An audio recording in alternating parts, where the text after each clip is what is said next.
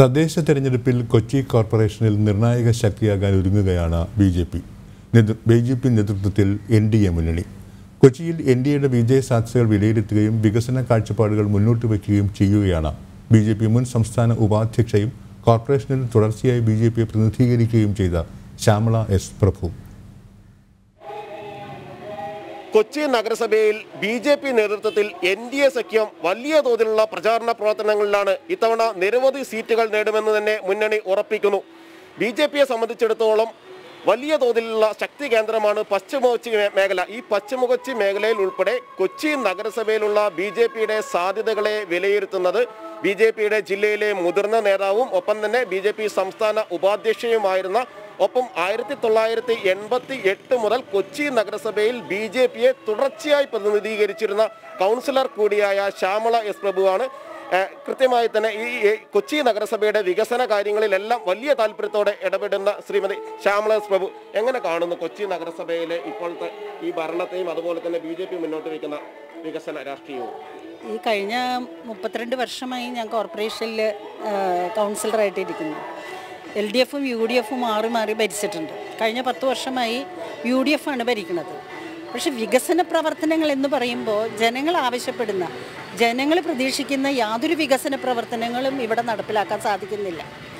ഈ തുരുത്തിയിലെ ഫ്ലാറ്റ് നിർമ്മാണം, റേ പദ്ധതി എന്ന് പറയും, അത് നടപ്പിലാക്കിയിട്ടില്ല. സിറ്റി ഗ്യാസ് പദ്ധതി അത് നടപ്പിലാക്കിയിട്ടില്ല. അതുപോലെ തന്നെയാണ് ഈ ഗവേണൻസ് പദ്ധതി. എല്ലാവർക്കും എന്തെങ്കിലും ആവശ്യത്തിന് വന്നു കഴിയുമ്പോൾ പെട്ടെന്ന് കിട്ടേണ്ടതാണ്, അത് ഇതുവരെ നടപ്പിലാക്കാൻ സാധിച്ചിട്ടില്ല. അങ്ങനെ സ്മാർട്ട് സിറ്റി, അമൃത് പദ്ധതികൾ, ഇതെല്ലാം സെൻട്രൽ ഗവൺമെൻറ് തന്ന പദ്ധതികൾ പോലും യഥാസമയം നടപ്പിലാക്കുവാൻ സാധിച്ചിട്ടില്ല. അമൃത് പദ്ധതിയിൽ ഈ വെള്ളക്കെട്ടിന് നല്ലൊരു പ്രൊവിഷൻ കാണിക്കുന്നുണ്ട്. പക്ഷെ അതൊന്നും ഈ പ്രദേശങ്ങളിലൊന്നും ചെയ്തിട്ടില്ല. നമ്മുടെ ബൗണ്ടറി കനാൽ കോരി വൃത്തിയാക്കിയിട്ടില്ല. അതുകൊണ്ട് തന്നെ വെള്ളക്കെട്ടിന് പരിഹാരം കാണാൻ സാധിക്കില്ല. ഇതെല്ലാം വെച്ച് നമ്മൾ നോക്കുമ്പോൾ നമുക്ക് മനസ്സിലാക്കാൻ സാധിക്കുന്നത് ഈ കോൺട്രാക്ടർമാർക്ക് കൊടുക്കാനുള്ള 100 കോടി രൂപ കൊടുത്തിട്ടില്ല. ഈ കടം ബാക്കി വെച്ചിട്ടാണ് ഈ കൗൺസിൽ അധികാരം ഒഴിയണത്. പുതിയൊരു കൗൺസിൽ വന്നു കഴിയുമ്പോൾ എങ്ങനെ ഇതൊക്കെ ചെയ്യാൻ പോണേ എന്നുള്ളത് അറിയില്ല. ഇത്തരത്തിൽ ഈ ഭരണത്തിലെ UDF നേതൃത്വത്തിലുള്ള നിലവിലെ കൊച്ചി നഗരസഭാ ഭരണത്തിലെ വീഴ്ചകൾ ഓരോന്നായി എണ്ണി പറഞ്ഞുകൊണ്ടാണ് ബി.ജെ.പി. നേതൃത്വത്തിലുള്ള NDA സഖ്യം ജനങ്ങളുടെ മുന്നിൽ വോട്ടിനായി ഇറങ്ങുന്നത്. ഒപ്പം തന്നെ കഴിഞ്ഞ LDF തുടർച്ചയായി ഭരിച്ച LDF സർക്കാരും ഭരണത്തിൽ വികസനം നടപ്പിലാക്കുന്നതിൽ വലിയ തോതിൽ തന്നെ പരാജയമായിരുന്നു.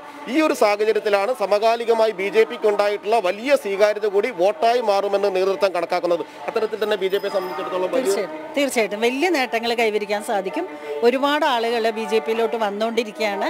ഇപ്പോൾ ഇവിടെയുള്ള സ്ഥാനാർത്ഥികളിൽ ഇപ്പോൾ 74 ഡിവിഷനിൽ ഞാൻ നോക്കിയിട്ട് ഒരുപാട് സീറ്റ് നമുക്ക് കിട്ടാൻ സാധ്യതയുണ്ട്. അത്രയധികം ജനങ്ങളുടെ സ്വീകാര്യത കിട്ടിക്കൊണ്ടിരിക്കുകയാണ്. വമ്പിച്ച നേട്ടം ബി.ജെ.പിക്ക് ഉണ്ടാക്കാൻ സാധിക്കും. നിരവധി കൗൺസിലർമാരുണ്ടാവും എന്നുള്ള വിശ്വാസം തന്നെയുണ്ട്. ആളുകൾ അത്രയധികം പ്രതീക്ഷ അർപ്പിക്കുന്നുണ്ട്.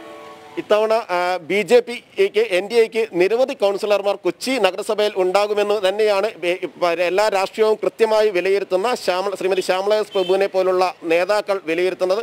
അതുകൊണ്ട് തന്നെ സംസ്ഥാനത്താകെയുള്ള ബി.ജെ.പി. അനുകൂലമായ ഒരു മാനസികാവസ്ഥ കൊച്ചി നഗരസഭയിലും പ്രതിഫലിക്കും എന്ന് തന്നെയാണ് പൊതുവെ കരുതുന്നത്. ക്യാമറാമാൻ വിവേകാനന്ദനൊപ്പം ജിജീഷ് കരുണാകരൻ, ജനം, കൊച്ചി.